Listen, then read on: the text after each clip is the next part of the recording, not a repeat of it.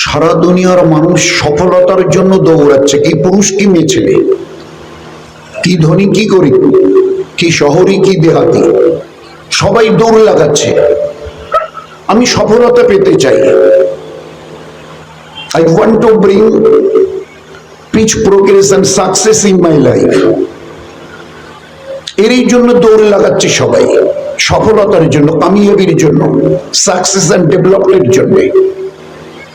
আল্লাহ পাক নবী আলাইহিস সালাতু ওয়াস সালামকে দিয়ে জানিয়ে দিয়েছেন, দুনিয়ার কোথাও তোমাদের জন্য সফলতা আমি রাখিনি। তোমাদের প্রতিটি মানুষের, each and everybody of this world, তোমাদের সফলতা আমার কাছে আসার মধ্যে।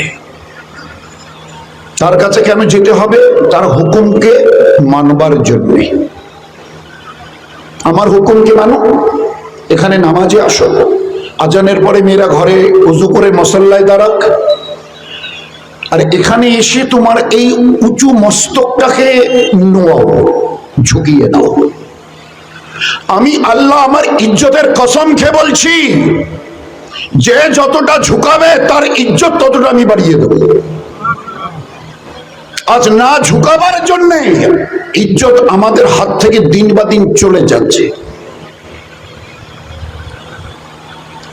Not in our India. আমরা যদি ভালো করে লক্ষ্য করি, অল ওভার দ্য ওয়ার্ল্ড, পৃথিবীর কোথায় আজ আমাদের ইজ্জত আছে বলুন না? প্যালেস্টাইনের অবস্থা আপনারা একটু যারা খবর রাখেন বুঝতে পারছেন। অবুঝ দুধ পিতা হওয়া বাচ্চা হামাগুড়ি দিয়ে মায়ের কোলে উঠে আম্মিকে ডাকছে একটু দুধ পান করবে বলে, অথচ মা মরে আছে। So many mothers, all they are dying position, মরে আছে। এ বাচ্চা তোরা জানে না, 2, 4, 6 মাসের, 1 বছরের বাচ্চা কি বুঝবে? সে জীবিত আছে মৃত আছে, অবস্থা দাঁড়িয়েছে। তো তোমাদের এই জন্য ডাকা হয়েছে আমার হুকুমকে মানবার জন্য। আমি যখন বলি দাঁড়াও তো দাঁড়াবে, আধা ঝুঁকো তো ঝুঁকাবে, পুরোটা ঝুঁকিয়ে দাও তো ঝুঁকাবে। ফের দেখো তোমাদের ইজ্জত, ফের দেখে নিও তোমাদের হেফাজত, ফের দেখে নিও তোমাদের জন্য রহমত আর বরকত আসমান থেকে ওইভাবে পড়বে যেভাবে বৃষ্টি পড়তে তোমরা দেখো দিন আর রাত। আছে জীবন থেকে যতটা নিজেদের আলাপ করছি, এই জীবন ততটা বিচ্ছিন্ন হয়ে যাচ্ছে, স্ক্যাটার্ড, বিচ্ছিন্ন হয়ে যাচ্ছে। এতটা বিপদগামী হচ্ছি দ্যাট উই ক্যান্ট ইমাজিন, ভাবতে পারবো না। তো এই জন্য আমাদেরকে ডাকা হয়েছিল, আমার ইবাদতের জন্য তোমাকে ডেকেছি। এই আওয়াজ এ মুয়াজ্জিনের নয়, এটা আমার তরফ থেকে ডাকা হয়েছে। তোমাকে সফলতা দেব দুনিয়ার। দুবার কেন বলে হাইয়া আলাল ফালাহ? প্রতি ওয়াক্তের নামাজে দুবার বলা হয় হাইয়া আলাল ফালাহ। কেন? What is the reason of it? What is the background of it?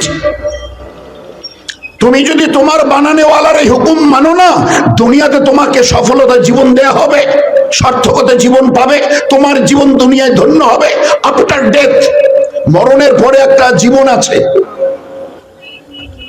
the life of the hereafter, আখিরাতে একটা জীবন আছে, সেখানেও আমি আল্লাহ তোমার জীবনকে ধন্য করে দেখিয়ে দেব। তুমি ইজ্জতওয়ালা হবে দুনিয়ায়, তুমি জান্নাতি হবে মরণের পরে।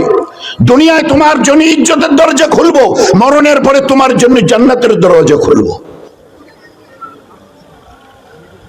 আমার কাছে আসো, ফাফিরু ইলাল্লাহ। আমি তোমার বানানেওয়ালা বলছি। কেন মানবো? আপনাকে মানতে হবে। Why? What is the reason? কেন আপনাকে মানবো? কে আল্লাহ, কতটা আল্লাহ, কেমন আল্লাহ, কিসের জন্য মানতে হবে? এই জন্য লক্ষ নবীকে আল্লাহ দুনিয়ায় পাঠিয়েছিলেন। শেষ নবী আমাদের নবী। নবীর বাংলা শব্দের অর্থ হচ্ছে সঠিক রাস্তা দেখানেওয়ালা। যিনি দুনিয়া এবং আখিরাতের সঠিক রাস্তা দেখাতে পারেন তিনি নবী। নবীর বাংলা অর্থ হচ্ছে সঠিক পথ দেখানেওয়ালা দুনিয়া এবং আখিরাতের। আর তাদের একটা ক্যারেক্টারের সবচেয়ে বড় যেটা বৈশিষ্ট্য, জন্মের দিন থেকে মৃত্যুর দিন পর্যন্ত পায়ের নখ থেকে মাথার চুল পর্যন্ত কোনো গুনাহ আল্লাহ তাদেরকে স্পর্শ করতে দেয়নি। সমস্ত পাপ পঙ্কিলতার থেকে আল্লাহ তাদের হেফাজত করে দেখিয়ে দিয়েছিলেন যে এদের চরিত্র দেখে নাও, এদের লাইফ স্টাইল দেখে নাও, বারবার দেখে নাও। তোমাদের যদি হিম্মত থাকে 63 বছরের জীবনের একটা ছোট্ট থেকে ছোট্ট কোনো ফল্ট যদি থাকে, ত্রুটি দেখিয়ে দাও। আমার এই নবীর 63 বছরের জীবনের একটা খুঁত দেখিয়ে দাও। এই জায়গায় প্রতারণা করেছে, অপরের সঙ্গে সততা করেছে, অপরের কাছে মিথ্যা করেছে, অপরের কাছে প্ররোচনা দিয়েছে, জুলুম করেছে, ধোঁকা দিয়েছে, অপরের নামে শেকায়েতের গীবত করেছে, অন্যায় আর অবিচার করেছে। পুরো 63 বছরের জীবনের একটা incident, is there any one incident, একটা ঘটনা। নবী আর দুনিয়ার যারা মন্ত্রী নেতা, what is the difference between this two persons? নবী তাদের বলা হয় they are not elected by the peoples of this world. যারা নবী হন they are not elected. এরা আজকের দুনিয়ায়, আজকের কি বার যেন, বুধ, এই বুধবারে আজকের সারা দুনিয়া 800 কোটি লোক আছে। 800 কোটি লোক যদি মনে করে আমরা 800 কোটি সবাই মিলে একজনকে নবী বানাবো, আল্লাহ বলছে it may not be, it's quite impossible. তোমাদের সে ধারণাই নেই। কোন চোখ দিয়ে দেখে বলবে এই লোকটা সৎ, এই লোকটা অসৎ, এই লোকটা ধার্মিক, এই লোকটা ধার্মিক নয়? বলো, আচ্ছা সঠিক জ্ঞান তোমাদের? তোমরা তো ভালো দেখেই তো নির্বাচিত করো, তারপরে বদলাও কেন? কেন বদলাতে হয় বলো? কি জবাব আছে আমাদের কাছে? তো নবী তারাই always they are elected by the Allah, by Allah. আল্লাহ নবী নির্বাচিত করেন, they are selected by Allah. এরা they are not elected by people. কারণ তোমাদের হাতে যদি ছেড়ে দেওয়া হয় এনাকে নবী বানাবো, ভালো মানুষ মনে করে সিল দিয়ে নবী বানানো হলো, 2-4-5 মাস পরে, 2-4 বছর পরে দেখা গেল যা ভেবেছিলাম তা তো নয়, উনি নিজের স্বার্থ গোটাচ্ছে দিন আর রাত। এই জন্য আমরা কারো নাম ধাম বলি না। অপরের সমালোচনা আমাদের কাছে নেই, অপরের ক্রিটিসাইজ ইন আওয়ার ইসলাম। ইসলামে অপরের সমালোচনাকে হারাম করা হয়েছে, আত্মসমালোচনাকে ফরজ করা হয়েছে। How I will be a perfect one. দিন রাত তুমি তোমার নিজের আত্মসমালোচনা করো, আমি মানুষটা কি করে সৎ মানুষ তৈরি হব, যেরকম মানুষ আল্লাহ চাইছেন, যেরকম মানুষ হতে নবী আলাইহিস সালাতু সালাম চাইছেন। অপরের সমালোচনা হারাম, নিজের সমালোচনা ফরজ। কি করে আমি একজন পারফেক্ট মানুষ হতে পারি? আমার পায়ের নখ থেকে মাথার চুল কোনো গুনাহে যাবে না, কোনো গুনাহে স্পর্শ করবে না। তো আমি আল্লাহকে মানবো, কারণ একটাই, আমরা এই কটা লোক নই, আমরা এই কজন মা বোন নই। দুনিয়ার আজকের 800 কোটি, এর আগে কত এসছে আল্লাহ জানে, হযরত আদম থেকে নিয়ে এর আগে, আর এরপরে কত আসবে টিল দ্য ডে অফ কিয়ামত পর্যন্ত, ও ভি আল্লাহ জানে। এই মানুষগুলোর মধ্যে এমন কোন মানুষ নেই, there is none one who can say আমি নিজের ইচ্ছায় দুনিয়ায় এসেছি। গোটা দুনিয়ার আজকের 800, এর আগে যারা এসে গেছে, কিয়ামত অবধি যারা আসবে, একজন মানুষ এদের মধ্যে খুঁজে পাওয়া যাবে না যিনি আল্লাহর জমিনে দাঁড়িয়ে বলে আমি দুনিয়াতে নিজের ইচ্ছা এসেছি। এই জায়গায় আমাদের ত্রুটিটা, ফল্ট এই জায়গায়, আমরা ডিসব্যালেন্স হয়ে গেছি এই জায়গায়। আমাদের কনসেপশন, আমাদের ধারণা, আমি নিজের ইচ্ছা এসেছি, তো নিজের ইচ্ছা চলবো না তো কার পরোয়া করবো? আমি কারো ধার ধারি না, আমি তো নিজের ইচ্ছা এসেছি। আপনি নিজের ইচ্ছা এসেছেন, বুক ঠুকে বলতে পারবেন? আপনি জানতেন আমি অমুক গ্রামে অমুক মা বাপকে জড়িয়ে করে দুনিয়াতে আসবো, জানা ছিল আপনার? ছিল জানা? বুক থেকে বলুন না, হিম্মত থাকে তো। আরে আপনি তো কোথাকার কে? আপনার যে মা আর বাপকে জড়িয়ে করে আল্লাহ আপনাকে দুনিয়া দেখিয়েছেন, তাদের জিজ্ঞাসা করুন, তারা জানে নাকি? যে মা বাপকে জড়িয়ে মাধ্যম করে মিডিয়া করে আল্লাহ দুনিয়াতে পাঠিয়েছে, তারাও জানে নাকি? জিজ্ঞাসা করুন। জিজ্ঞাসা করি, কোনো মানা নেই। আব্বু আম্মু তোমরা জানতে আমি আসবো, কোনো উত্তর নেই। there is no any satisfactory answer from their selves। এ মা বাপের কাছে কোনো জবাব নেই। দিন মাস বছর কাটিয়েছি, চলছে। স্বামী স্ত্রী মিলে ঘর থেকে বেরিয়ে এসে জিজ্ঞাসা করুন আজকের মিলনে কিছু হতে যাচ্ছে, কি বলবে? We know nothing about that. এ সম্পর্কে আমাদের কোনো ধারণা নেই। কিছু হয়েছে হয়নি কি করে বলবো? আল্লাহ উত্তর দিচ্ছেন। আজকের এই মিলনে তোমাদের দুইজনের উত্তর কি করে বলবো কিছুই তো জানি না। হ্যাঁ আমি জানি, আমি আল্লাহ তোমাদের স্রষ্টা একমাত্র জানি। কখন কোন মুহূর্তে বাপের ওই ব্যাকবন থেকে একটা শুক্র কীটকে মায়ের রেহেমে পৌঁছে দিয়েছি আমি আল্লাহ জানি। ওয়ামা তাহমিলু মিন উনসা ওয়ালা তাদাউ ইল্লা বিইলমিহি। একজন মা কবে গর্ভধারণ করবে একমাত্র আমি জানি। পৃথিবীর কোন গাইনো ডাক্তার ইভেন ওই মা বাপ পর্যন্ত জানে না। এরা কবে জানে? After 30 days. একটা সময় মা বোনদের আমাদের একটা পিরিয়ড আসে, মেনস্ট্রুয়েশনের সময় এলো, মেনস্ট্রুয়েশনটা হলো না। at that time আমাদের মায়েরা এবারে সাসপেক্ট করে, স্বামীর কানে গিয়ে এবারে বলে মাসিকের টাইমটা পেরিয়ে গেল, হলো না। আচ্ছা তাই মনে হয় কিছু একটা হয়েছে।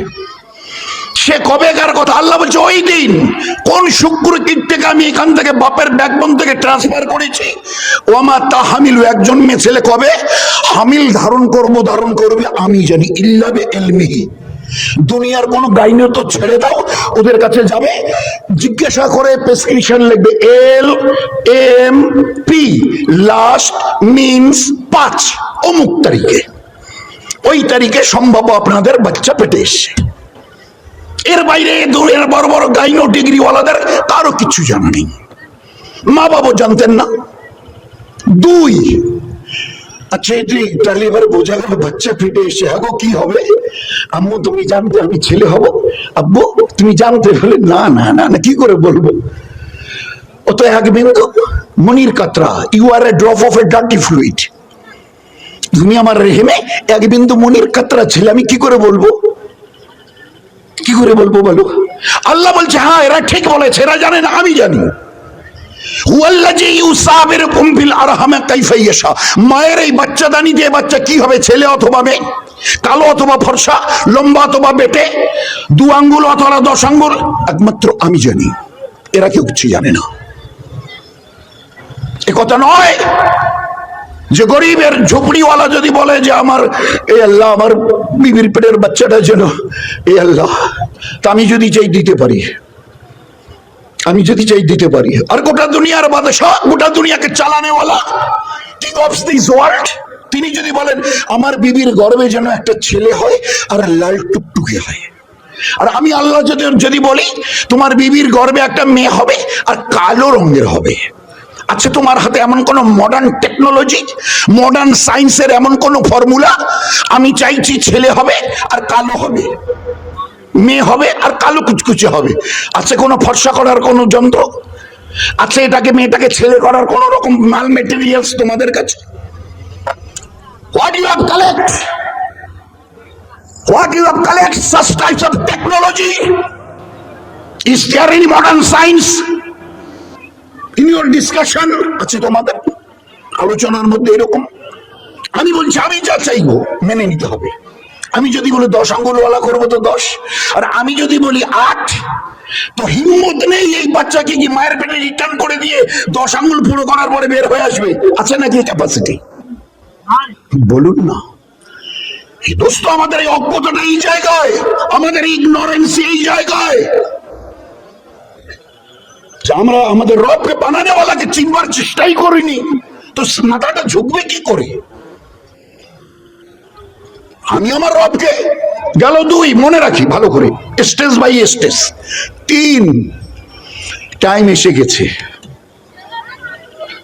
কিসের? বলে 10 মাস হয়ে গেল বাচ্চাটা আসবে। আচ্ছা তোমরা কারা? বলে আমরা আমেরিকা, আমাদের নাম শুনেন, গোটা দুনিয়া আমরা চালাই। আপনি বলে আমি জো বাইডেন, আমাকে আমার নাম শোনেননি, গোটা দুনিয়া আমার আঙ্গুলি ইশারায়। তাহলে আচ্ছা, আমার তোমাদের কাছে এরকম কোন ফর্মুলা আছে কি এই বাচ্চাটা আজ বাদে কাল 10 মাস প্রায় হয়ে গেল, আজ বাদে কাল বেরিয়ে আসবে, এ খাবে কি? আছে তোমাদের এই চিন্তা? আছে তোমাদের দিল আর দিমাগে ভাবনা আনেওয়ালা বাচ্চা কি খাবে? ও দুনিয়ার কেউ কেনারা কেউ জবাব দেবে আমাকে? আচ্ছা তোমাদের কাছে is there any satisfactory answer?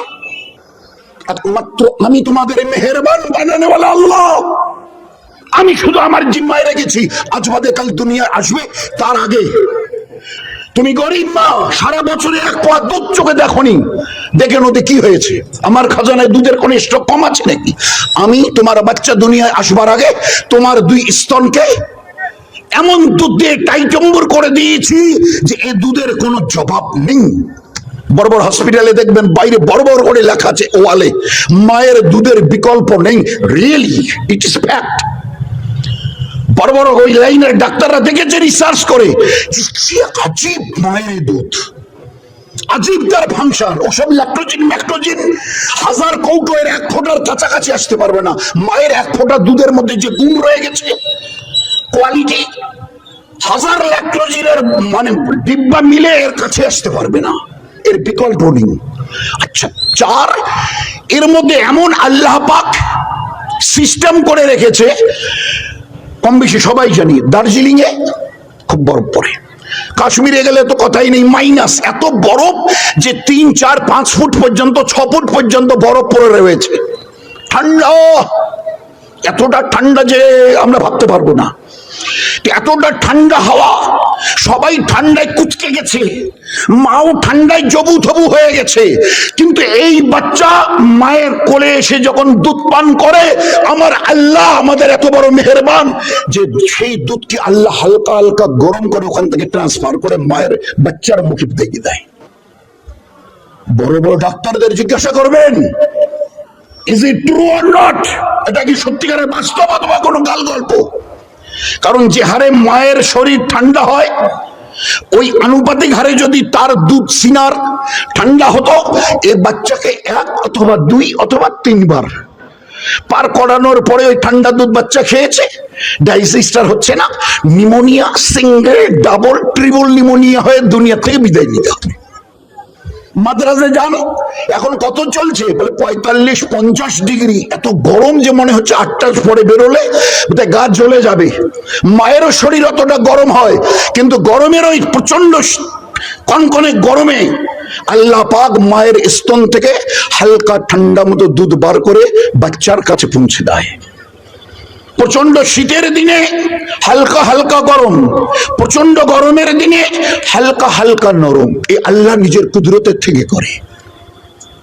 4, এই বাচ্চাটা মায়ের পেট থেকে বেরিয়ে এসেছিল, তোমরা কে কে ভিতরে ছিলে? বলে অমুক আয়া নার্স, ফের সঙ্গে আমাদের 2-1 মেয়ে ছিলে।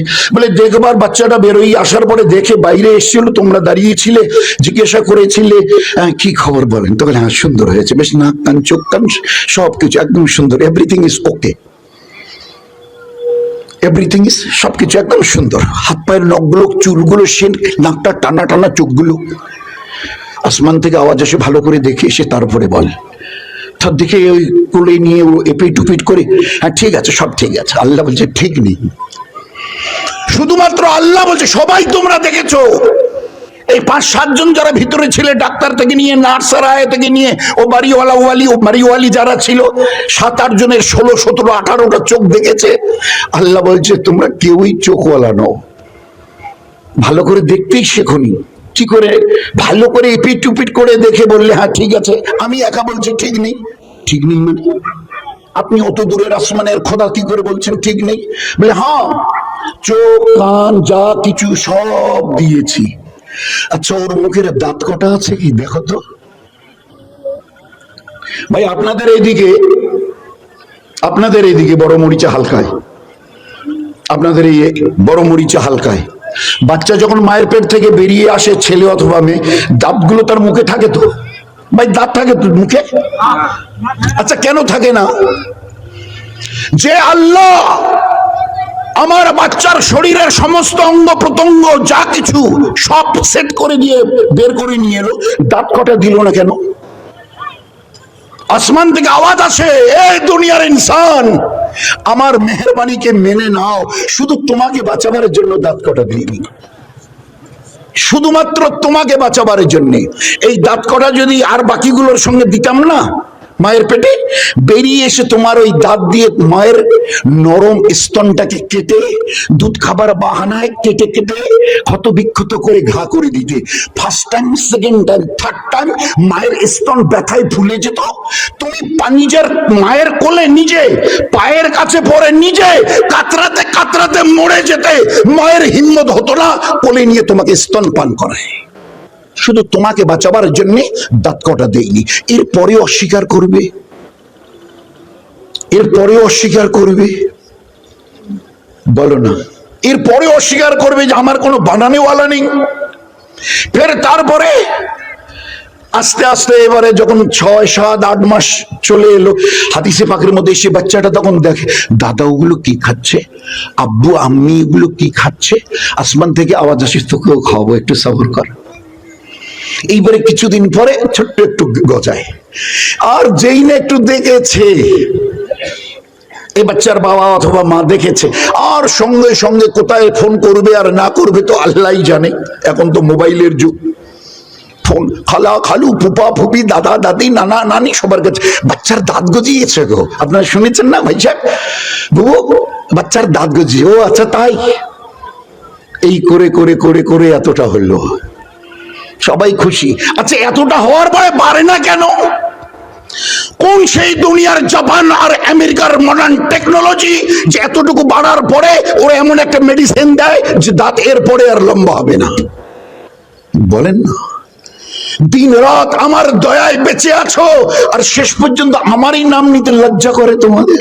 হায় দেখ তোমাদের জীবন, হায় শত দেখ তোমাদের জীবন। আচ্ছা যে হারে তোমার ওই দাঁত কটাকে লম্বা করেছি ওখান থেকে বের করে এতটা, আচ্ছা তারপরে যদি ওইভাবে আর একটু লম্বা করতাম, তোমার চেহারাটা দেখে তুমি মেনে নিতে পারতে তো? একটা রাক্ষসের মতো চেহারা হতো, নিচের দাঁতগুলো এইরকম, উপরের দাঁতগুলো এইরকম, মেনে নিতে পারতে?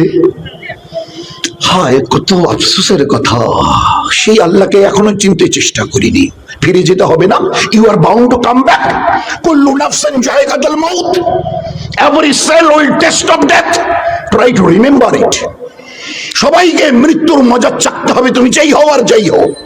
ফুটপাতের ভেক মাংনেওয়ালা আর দামি কুরসিতে बैठनेवाला, তুমি আসতে বাধ্য। ডাক গেলে তুমি যেই হও আর যাই হও আসতেই হবে তোমাকে। তার মাঝখানের এই জীবনটুকু, জন্মের থেকে নিয়ে মৃত্যু অবধি জীবনটাকে বানাবার জন্য আমি আল্লাহ আমার এই পেয়ারা দিন দিয়েছি, নবীদের দিয়ে। দিন কি? একটা সুন্দরতম জীবন স্টাইলের নাম হচ্ছে দিন, সুন্দরতম জীবন ব্যবস্থা। যে ব্যবস্থায় জীবন কাটালে খোদার কসম লাখবার খেয়ে বলছি, আপনার আমার দুনিয়ার জীবন ধন্য হবে। প্রতি মুহূর্তে মনে হবে দুনিয়ায় নেই, বোধহয় জান্নাতে আছি। অন্তরে আল্লাহ শান্তি ভরিয়ে দেবে, পুরো সংসারে সুখ ভরিয়ে দেবে, রহমত আর বরকত দান করবে। এখানে থাকি আর আমেরিকায় থাকি আল্লাহ হেফাজত করে দেখিয়ে দেবে, এখানে থাকি আর লন্ডনে থাকি আল্লাহ ইজ্জত দিয়ে জীবনটাকে ভরিয়ে দেবে। এইগুলো আল্লাহর ওয়াদা কোরআনে কারীমের। আমার এই দিন বিহিত জীবন ব্যবস্থার নাম হচ্ছে দিন। কি করে জীবনটা কাটাবে? এই মাইকটা যিনি বানিয়েছেন তিনি ভালো জানেন। ও ভাই এই জায়গাটায় কিন্তু হাত দেবেন, একটু যদি নিচের দিকে আসে না, এখন তো এমন শব্দ যে পাশের গ্রামের লোকগুলো শুনছে। একটু যদি খালি এধার ওধার হয় তো এই শব্দ আর এই পর্যন্ত পৌঁছাবে না। যিনি বানান তিনি ভালো জানেন এর কোথায় কি আছে। তোমাদের আমি আল্লাহ আমার কুদরতের থেকে বানিয়েছি, কারণ নয়তো তোমাদের একটাই পরিচয়, দ্বিতীয় কোনো পরিচয় নেই কারো কাছে। একজন তোমাদের মধ্যে উঠে দাঁড়িয়ে দেখাবে যে আমি গোলাপের বাগানে জন্ম নিয়েছি? বলুন, আমাদের আসল পরিচয় আল্লাহ দিয়েছে কোরআনে কারীমের মধ্যে, খুলিকাল ইনসানু মিন নুতফা, you are a drop of a dirty fluid, এক বিন্দু নাপাক মনির কাতরা থেকে তোমাদের জন্ম দিয়েছে, ফুলের বাগানে গোলাপের বাগানে জন্ম নাওনি। সুতরাং বড়াই করা, অহংকার, দিমাগ, এটা আমাদের শোভা পায় না। আমার পরিচয় আমি এক বিন্দু নাপাক মনির কাতরা ছিলাম, ওখান থেকে আল্লাহ পাক এই জিসম দিয়ে দুনিয়াতে হায়াত দিয়েছেন। কিসের জন্য? জীবনটাকে বানাবার জন্য। লিল্লাযী খালাকাল মাউতা ওয়াল হায়াতা লিয়াবলুয়াকুম আইয়ুকুম আহসানু আমালা। জন্ম আর মৃত্যুর মাঝখানের এই সময়, এ দুনিয়ার ইনসান, কে কতটা ভালো ইবাদত করে আমি আল্লাহ দেখব। আইয়ুকুম আহসানু আমালা, হাসান সুন্দর, ভালো ইবাদত করো জীবনটাকে ধন্য করবার জন্য। ভালো ইবাদত করে জীবনটাকে কে বানাও, এরই জন্য আমি আল্লাহ হায়াত আর মৌতের মাঝখানে এই সময়টা দিয়েছি, এটাকে কাজে লাগাও। নয়তো কাল মরণের পরে নিজের পরিণতি দেখে এই চোখ দিয়ে রক্তের কান্না কাঁদতে কাঁদতে তোমাকে জাহান্নামে যেতে হবে।